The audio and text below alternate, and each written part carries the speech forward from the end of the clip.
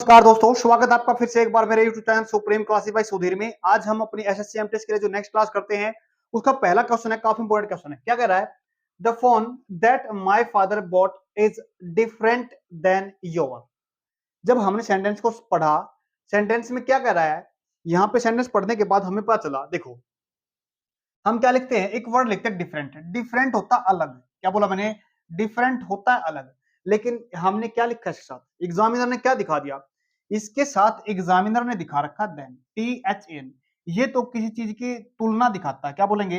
ये तो किसी चीज की तुलना दिखाता है, ये तो नहीं आएगा। तो डिफरेंट अपने साथ एक फिक्स प्रेपोजिशन लेती है जिसका मतलब होता अलग, क्या बोलेंगे? डिफरेंट फ्रॉम होता है। डिफरेंट के साथ जो प्रेपोजिशन लिखते हैं ना, वो होती है डिफरेंट फ्रॉम, यानी फ्रॉम प्रेपोजिशन आएगी। यानी ये गलत है यहाँ पे, कौन सा? THAN गलत है यहाँ पे। तो एरर अपना किसके अंदर है? सी पार्ट के अंदर है। नेक्स्ट देखिए, एज सून एज। पहले तो इसका मतलब देख लो, फिर आप समझ जाओगे सेंटेंस में गलती है या नहीं है। जब हम सेंटेंस को लिखते हैं एज सून एज के साथ, क्या बोला मैंने? जब सेंटेंस को लिखा जाता है एज सून एज के साथ, तो इसका मतलब क्या बनता है? कोई भी ऐसा काम, क्या बोलेंगे? कोई भी ऐसा काम जो हमारा बैक टू बैक होता है। क्या बोला मैंने? ऐसा कोई भी काम जो बैक टू बैक होता है, ठीक एक काम के बाद दूसरा काम हम करते हैं, तो हम सेंटेंस के साथ लिखते हैं एज सून एज के साथ लिखते हैं। दूसरी बात समझो, जो अपना एज सून एज सेंटेंस के अंदर लिखा गया ना, ये अपना क्या है? एक कंजंक्शन है। क्या बोलेंगे? कि ये कंजंक्शन है सेंटेंस के अंदर, एज सून एज। समझ में आ गया ना? आप सेंटेंस पढ़ो अब। I reach my office, I reach my office से I will mail you the file. मैं क्या करूंगा आपको? आई विल मेल यू, मैं आपको क्या कर दूंगा? मेल कर दूंगा। किसको?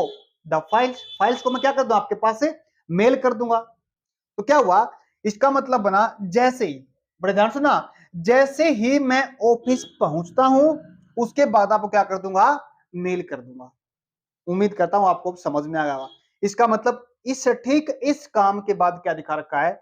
ये काम होगा, पहले ये काम होगा और उसके बाद में ये काम होगा। तो इसके अंदर एरर अपने पास है ही नहीं, यानी एरर फ्री सेंटेंस है। समझ में आया? नेक्स्ट देखो क्वेश्चन, देखो नेक्स्ट अपने पास, the child would have jumped with delight on seeing the joker at the circus.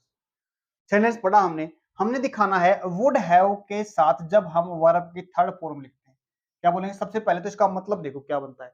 जब भी हम वुड के साथ अगर हैव लिखते हैं और उसके बाद थर्ड फॉर्म लिखते हैं, तो इसका मतलब होता है कोई काम में होते होते रह जाना। दोबारा फिर सुनो, कोई काम होते होते रह जाना। समझ में आ गया ना?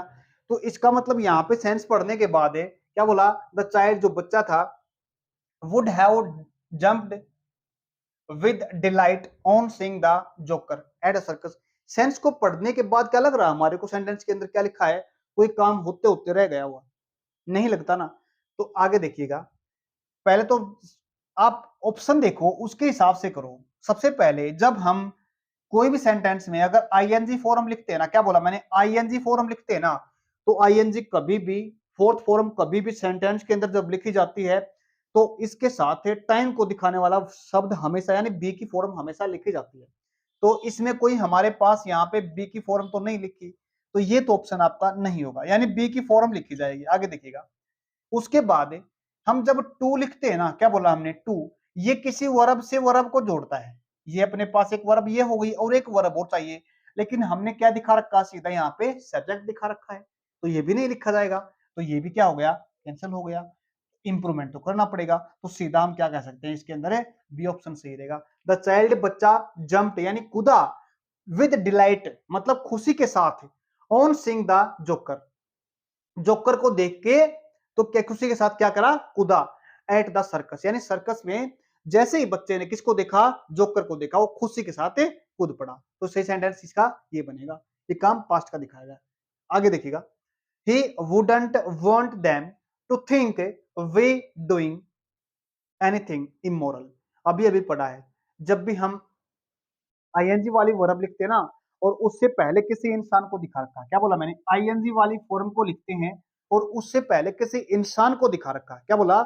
आईएनजी वाली फॉर्म लिखते हैं और उससे पहले किसी इंसान को दिखा रखा है, तो इसका मतलब क्या बनेगा, तो गलत हो जाएगा तो अपने पास। तो इस आईएनजी वाली फॉर्म से पहले हमारे को बी की फॉर्म लिखनी पड़ेगी, जो अभी अभी हमने बात की। यानी बी की फॉर्म का होना सेंटेंस के अंदर जरूरी है, तभी इस काम को करने का ये इंसान तो होगा। इसके अंदर यहाँ पे बी की फॉर्म का होना जरूरी है। अब देखिए ऑप्शन देखो, पहले अपने पास सिर्फ ऑप्शन एक आईएनजी में है, एक आईएनजी में। समझ में आ गया ना। पास्ट में दिखा रखा है क्योंकि अपने पास क्या है, वुडंट, विल से वुडंट बनता है। ये पास्ट में है तो ये पास्ट में लिखनी पड़ेगी। एक और चीज देखिए, ये वर्ब की कौन सी फॉर्म है, do, did, done, third form है। थर्ड फॉर्म भी अपने साथ जब सेंटेंस के अंदर लिखी जाती है ना, वो भी अपने साथ किसी टाइम को दिखाने के लिए क्या लेती है, कोई वर्ड लेती है। जैसे हम क्या लिख सकते हैं यहाँ पे, अगर पास्ट में है तो क्या लिखेंगे, हैड लिखेंगे। अगर प्रेजेंट दिखाएगा तो या तो हैव लिखेंगे या फिर हैज लिखेंगे। यानी ये भी अपने साथ क्या, टाइम को दिखाने के लिए वर्ड लिखती है। या फिर पैसिव लैंग्वेज में हम इज हमारे साथ लिख सकते हैं इसको। दूसरी बात ये तो नहीं आएगा क्योंकि सीधा हम उस इंसान को दिखाकर हम थर्ड फॉर्म तो नहीं लिख सकते। उसके बाद देखिए ये क्या है, प्लूरल है ना, तो क्या वो जो लिख सकते हैं इसके साथ, नहीं लिख सकते। तो ऑप्शन सिर्फ एक ही अपने पास है, ओनली बी। क्या लिखा जाएगा, were doing anything immoral. Next देखिए, देखिए नेक्स्ट अपने पास, would you mind to carrying this bag. ये तो सीधी सी बात है। देखो हम टू के साथ आईएनजी फॉर्म तो नहीं लिखेंगे, क्या बोलेंगे, टू के साथ आईएनजी फॉर्म तो नहीं लिखेंगे, तो इसका मतलब इंप्रूवमेंट जरूरी है इसके अंदर। ये भी ऑप्शन इसका नहीं रहेगा। उसके बाद देखिए माइंड के बाद, पर ध्यान सुनना क्या बोला मैंने, माइंड के बाद हम जो आने वाली जो वर्ब होती है ना, क्या बोला मैंने, आने वाली जो वर्ब होती है वो किस फॉर्म में लेते हैं, हमें वर्ब के फर्स्ट फॉर्म के साथ आईएनजी लिखते हैं। तो अपना ये सिर्फ कहाँ पे है, ना तो यहाँ पे है और ना यहाँ पे है और ना ही यहाँ पे, तो ठीक है। तो ऑप्शन क्या अपने पास बी है।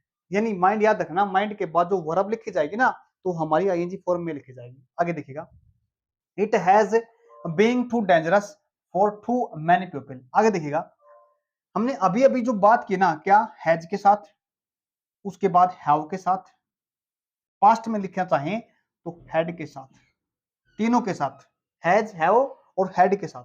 अगर जो वर्ब लिखी जाएगी ना, वो हम कौन सी लिखेंगे, वर्ब की थर्ड फॉर्म लिखेंगे। अब थर्ड फॉर्म कहाँ पे है, यहाँ पे तो नहीं है, ये भी नहीं आएगा कि इंप्रूवमेंट तो जरूरी आएंगे तो नहीं लिखेंगे, और ये भी नहीं आएगा। कोई काम जब मजबूरी में आता तो हैज के साथ टू लिखा जाता है। समझ में आ गया। तो थर्ड फॉर्म कहाँ पे है, सिर्फ ये ही है अपने पास।